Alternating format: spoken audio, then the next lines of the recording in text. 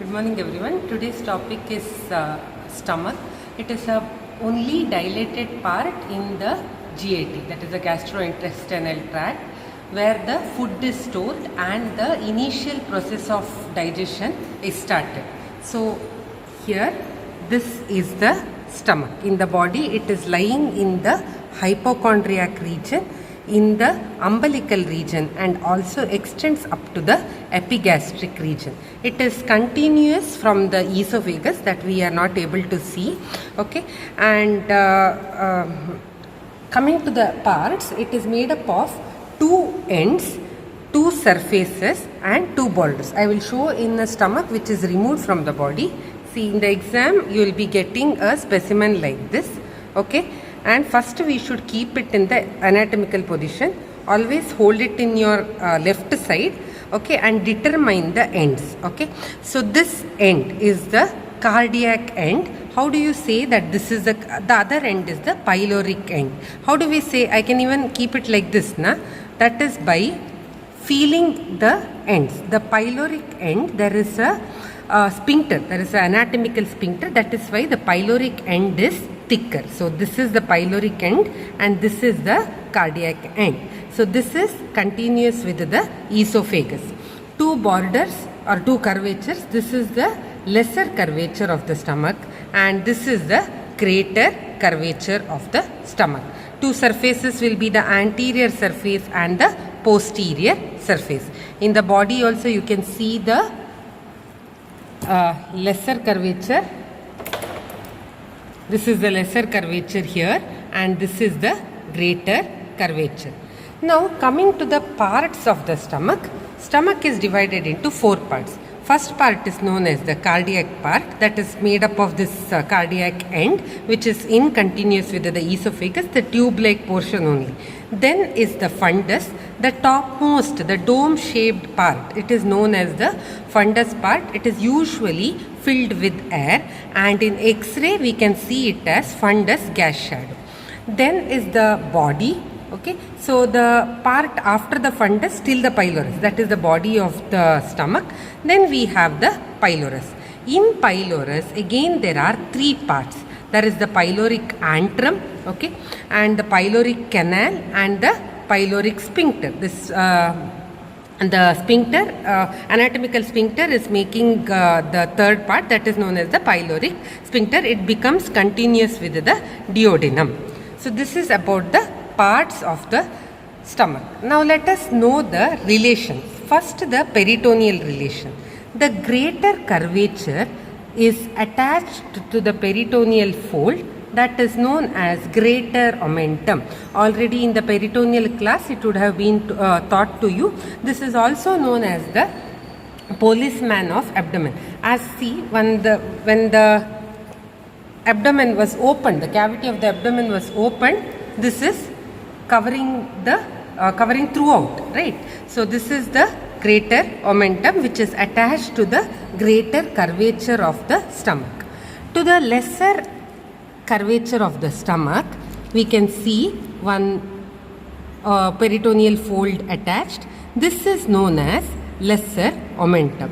Other than this, we have the attachment of gastrosplenic ligament, that is very posterior. It is difficult to see. From the stomach to the spleen it will be attached, and there is gastrophrenic, that is from the stomach to the diaphragm there will be the peritoneal fold which is attached. Now let us know the relations of the stomach.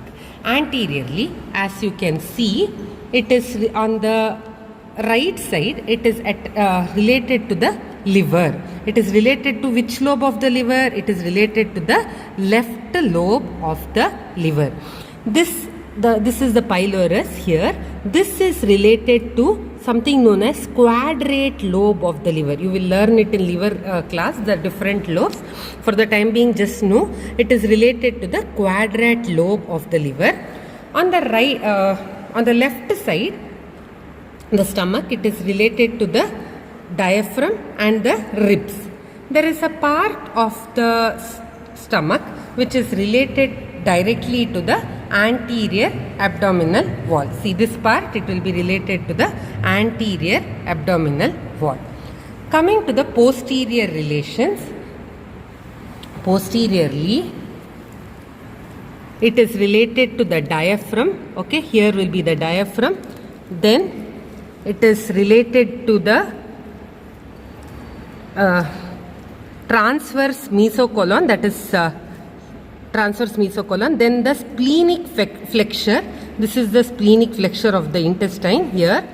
It is related to the spleen. We can see this, this is the kidney actually.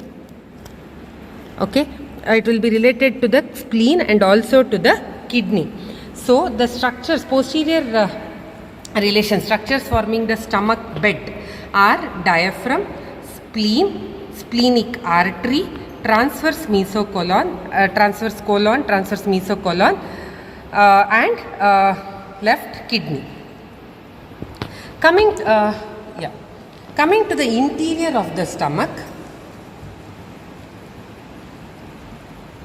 The interior of the stomach is thrown into numerous folds. As you can see here, there are numerous folds which you can see. This is known as the rugae of the stomach. This disappears when the stomach is full.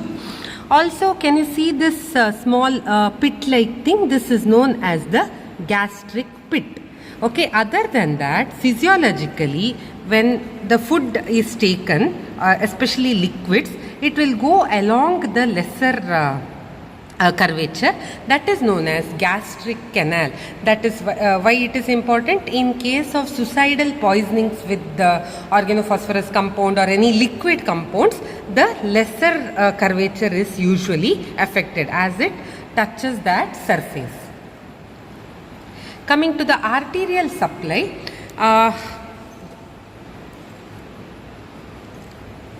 the lesser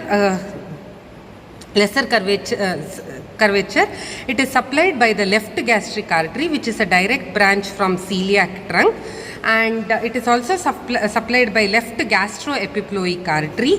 The greater curvature will be supplied by the right gastric artery and right gastroepiploic artery. Other than that, we also have short gastric arteries coming from the splenic artery, which will supply the stomach. The venous return will be accordingly. Coming to the lymphatic drainage of the stomach, it is divided into 4 areas. Area 1, 2, 3 and 4. So area 1 is the largest area along the lesser curvature. So this will be the area 1, which includes the cardiac end as well.